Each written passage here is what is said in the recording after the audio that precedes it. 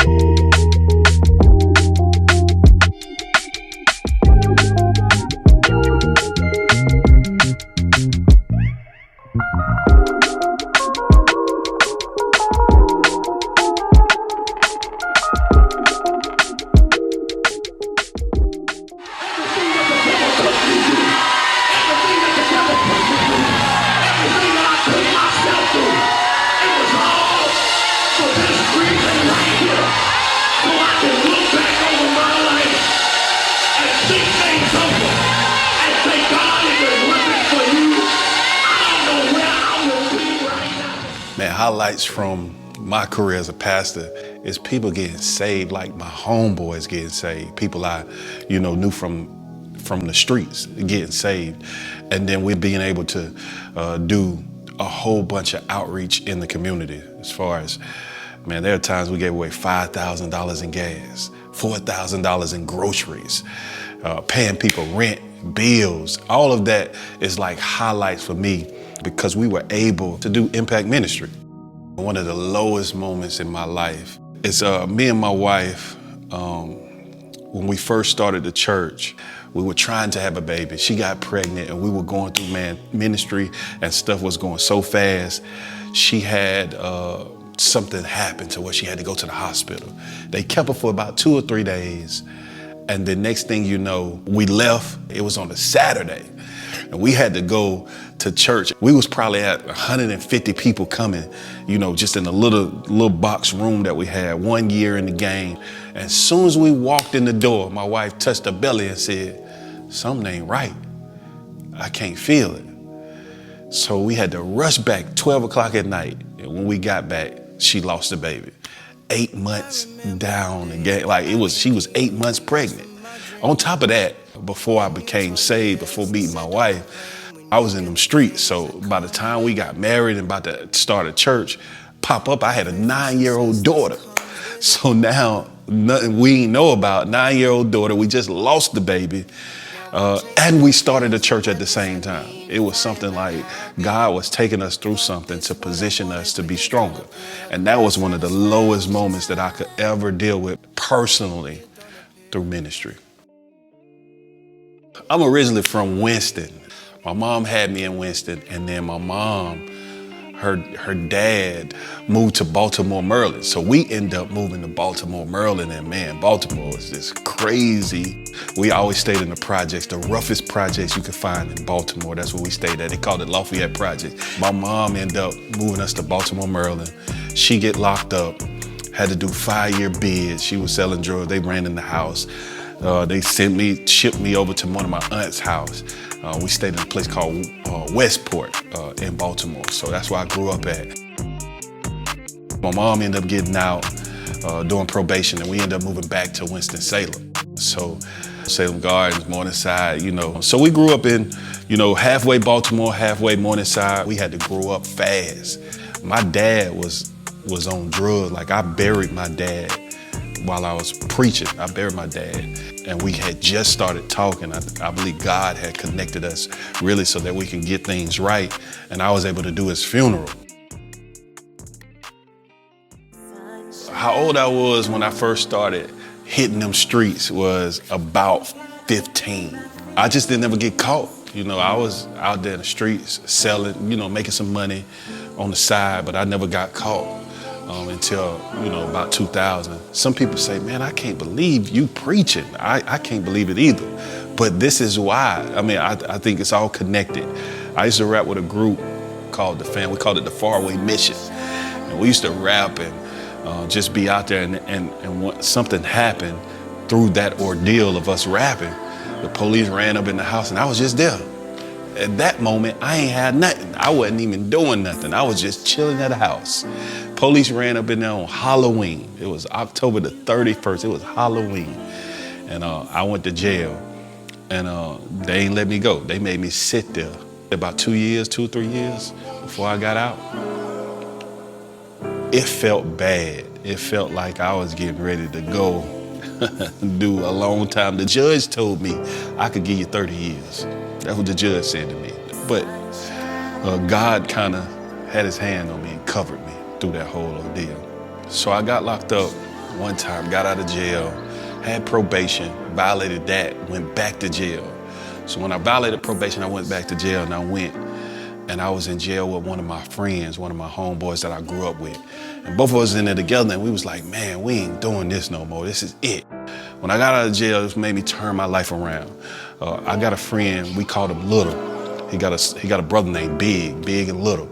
We was in jail, and we were teaching classes. And Little said to me, man, we both said, when we get out of here, this is it. We going to church. We done with it. Well, he got out before me. And when he got out, something happened. You know, I don't know the whole story, but I know he got shot in the head. When he got shot in the head and I heard about it, I said, I ain't doing nothing else. It was almost like God was telling me, this thing could happen to you. You know what I'm saying? So you gotta get out and fully do what you said you was gonna do. It was Little being murdered that made me stick to it. What made me become a pastor, I went back to the church, Holy Trinity, where my wife was at. So I just started going to church there at that church. And I had another homeboy that I grew up with. He got shot in the head.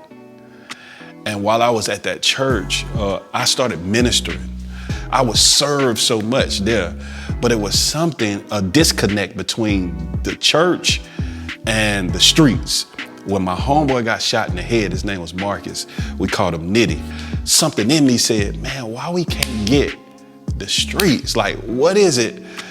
Do my people gotta keep on dying for them to get what I get? So they may not be able to change through the words that I was changed, but God do something with me to allow me to give them something so that they can say, okay, I don't need that life no more. It made me say, oh man, I need to do something to grab some of my homeboys to change their mindset. It was never about religion to me. And the Bible talks about religion too. The Bible says that we need true religion. It's in James. And it says true religion is feeding the homeless or feeding the orphans or feeding or helping the widows. So that's true religion. That's the only type of religion that we really need. And that made me pastor.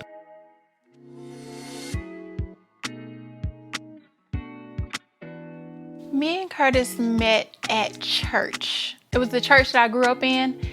We were probably 13, 14 years old when we first met, and we were cool. Danced on the dance ministry together. That's some things that people don't necessarily know about him, is that he danced on the dance ministry. I think I was maybe 21, 22 when he come back to the church. And one Sunday, he just kind of came to me as if he wanted to be friends. I feel like the Holy Spirit told me in that moment that he was going to be my husband. She'll say she knew right then that we were going to get married. That's what my wife said. She knew then. And then I end up getting a number, and we end up just talking on the phone, reading books together. And we talked for about 2 years before we got married. We've been married 15 years now. When Curtis and I started dating, he initially said to me after a while that, I've been praying and I believe that God has called me to be a deacon. But literally probably within the next month, Curtis came back to me and said, you know what, I've been praying and I feel like I got it wrong the first time. God has called me to be a minister. For me, it wasn't a shock. It was like a confirmation to what had already been prophesied in my life of who I would be connected to. After we got married, we stayed for a while. And I actually left the church, and my wife ended up staying. Branching out from Holy Trinity was difficult. Curtis started feeling like there was something different that he needed. He started feeling like we needed to find somewhere else to connect to. And that was hard for me because that was the only place that I had known. God was also dealing with me. And one thing that he said to me that gave me the confirmation that I needed was, if you leave and follow your husband, if it's meant for you to be here, I'll lead him back. And this is where y'all will be. We went through some dark moments in our relationship, in our marriage, before she left. And then she ended up leaving, and we kind of got back together, went to another church. And I started going to other churches in Winston and started saying to myself, like, I can't do this no more. It's time for me to start a church. I followed my husband, and I was grateful for it as things transpired in our lives. When I started my church, I went back to the pastor and made it, before I even started the church, I said, man, I want to meet with you. And I sat down and I apologized by the way I left, because the way I left was wrong. As Christians, man, we see that God has called us and purposed us for stuff. In the midst of that, we hurt the people who's helped us because we got to make a move. But sometimes it's best to go talk to them people before you make that move. When I started the church, I selected 5 people. It was just people we knew. Selecting them was on the basis of everybody was frustrated with religious, dogmatic type of preaching and teaching. What happened was, I seen a guy on TV. His name was Pastor Mike McClure Jr. Pastor Mike McClure Jr. is from Birmingham, Alabama. We still connected right now. We got in my truck and I drove to Birmingham, Alabama. And we sat down there for a whole weekend. And he poured into us, told us what we should do, what we shouldn't do, how we should move. You know what I'm saying? We got to see ministry on a different level. We ended up in my living room, and I had a radio, and I would turn the radio up, that first service, we was all in there crying. We knew that God was getting ready to do something with this ministry in Winston. We knew it right then with those 5 people. What was unique about the Love Church is the name itself, the Love Church. For God so loved the world that he gave his only begotten son. We want it to be a ministry, a place where people can feel the love of God and feel that love of God through other people. Sometimes the only God people will see is the God in you. And so it was our goal and our mission to show people God's love by us being loving. You know, not perfect, because none of us are, but showing God's love in a real and authentic way. I was so touchable that I would give everybody my number. That's probably a mistake that I made, but everybody had my number. So like, you join the church, hit my number, man, call me. I ain't never had a pastor who would come and talk to me. Or me and my wife would stand in front of the church every service and hug everybody. Does that make it necessarily different from other ministries? I think with our age, it made it stand out because our vibe was going to be different anyway. But I think it was the real and authenticness that we wanted to put forth always is what drew people to the Love Church. I think younger people gravitate to us because they can understand the word. So the word was being broken down to them in a way that they can understand and feel. A lot of Winston-Salem ministries hated when we had lights and all that. They used to call us the club. The person who comes to church normally don't like to worship God in front of people. So we would cut the lights off and make you just look straight at the stage. So the person next to you, they could be worshiping God, but you won't even see them. You can't even notice them. And then you would feel more comfortable by worshiping and praising God in your own way.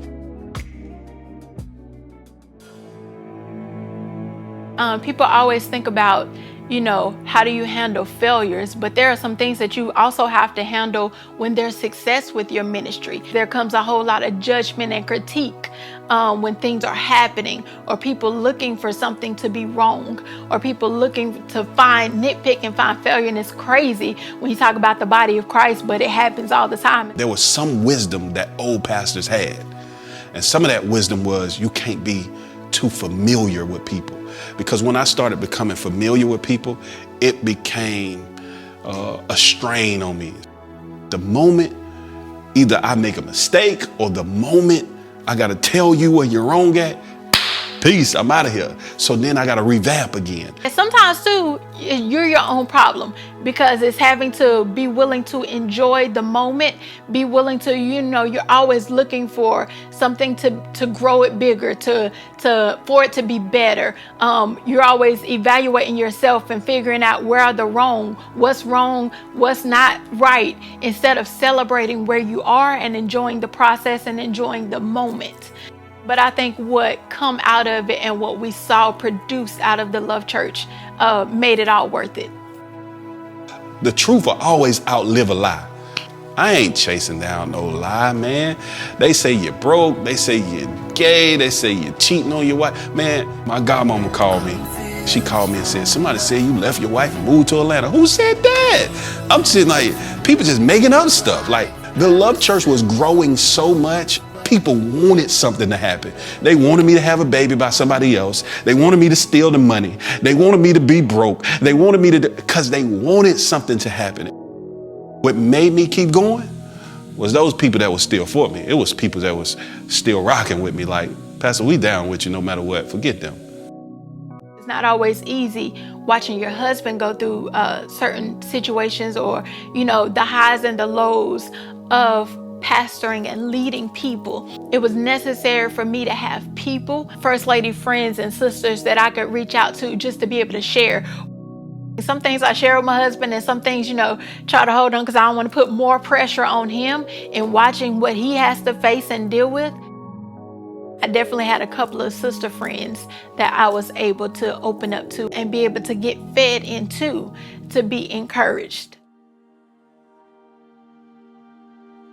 When COVID came, I had just had full-time staff. So I had about 6 people that I was paying.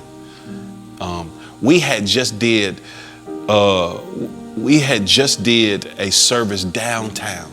We packed out a service down. Almost 1,000 people came downtown to the big convention center for New Year's. It was crazy. And then the very next month, the whole church shut down. When COVID came, man, we stopped going to church. We had to go online fully. Then I started getting some health issues. In the last few years, just to see what he's been dealing with, that a lot of times people did not know. This sciatica that he's been dealing with, even most recently finding arthritis in his back.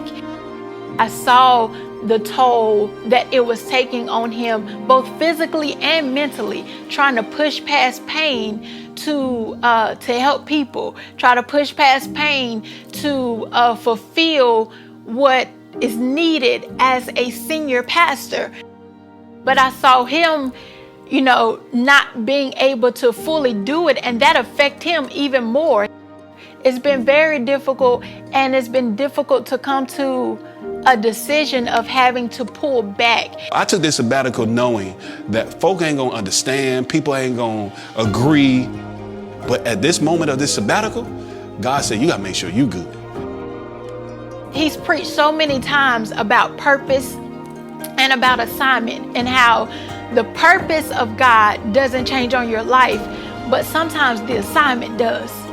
So the purpose of killing the devil's plan, the purpose of winning souls for Christ, that is all our purpose, and what God has called him to do doesn't change, but at times the assignment does. And in this season, having to shift to say, the assignment is different right now. The way it looks to people, it has to change right now, because the focus has to be on getting yourself healthy. As much as we love everybody that has been connected to us, everybody that has done various things in the ministry of the Love Church over these 10 years, at this point right now, my husband's health and his well-being is most important. When I first did this transition, I thought that everybody gonna talk trash about the Love Church. They're gonna talk trash about me.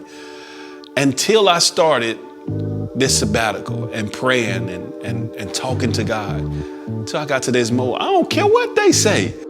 And we moved out of our building during COVID, not because we had to.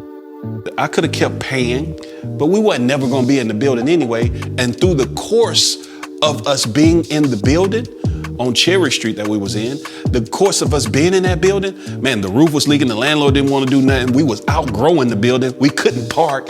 Man, for Easter and New Year's, we had to park people way down the street, go pick them up, bring them back to church. Like, we outgrown the building anyway. If we were coming back to church in COVID, it wasn't going to be in that building. Church has evolved crazy. Church is going into a different lane now because of COVID. You know, most of your stuff now you're seeing on TV, people are getting comfortable with being able to have church online. Church is shifting back to being hands-on, personal, street ministry. I believe that God is shifting to cause something bigger to happen after this.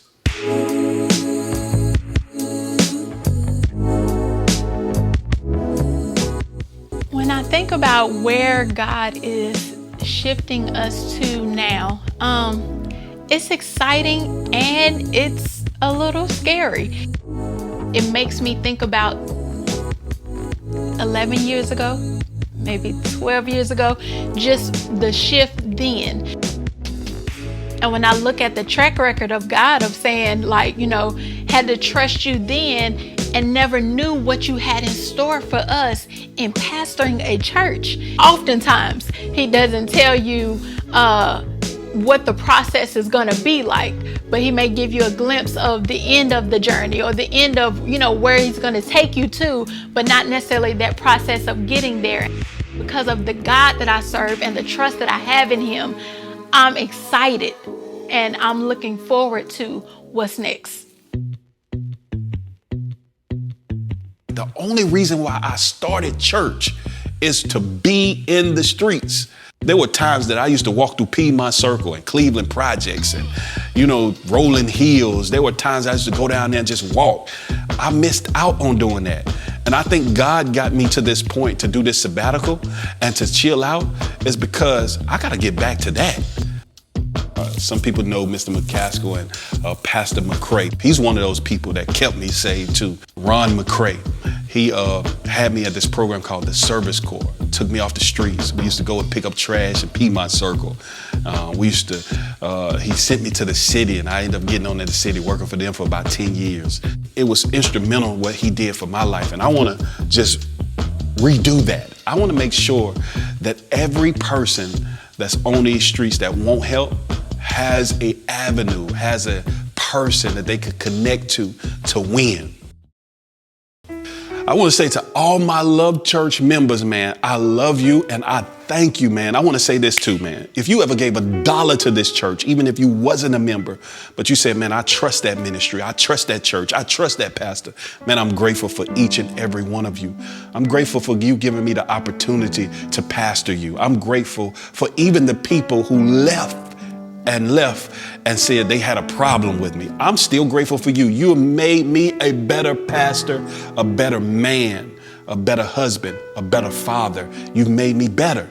And I'm grateful for each and every one of you. And guess what? I understand that in this season, you may have to move on to another ministry. You may have to move on and do something different.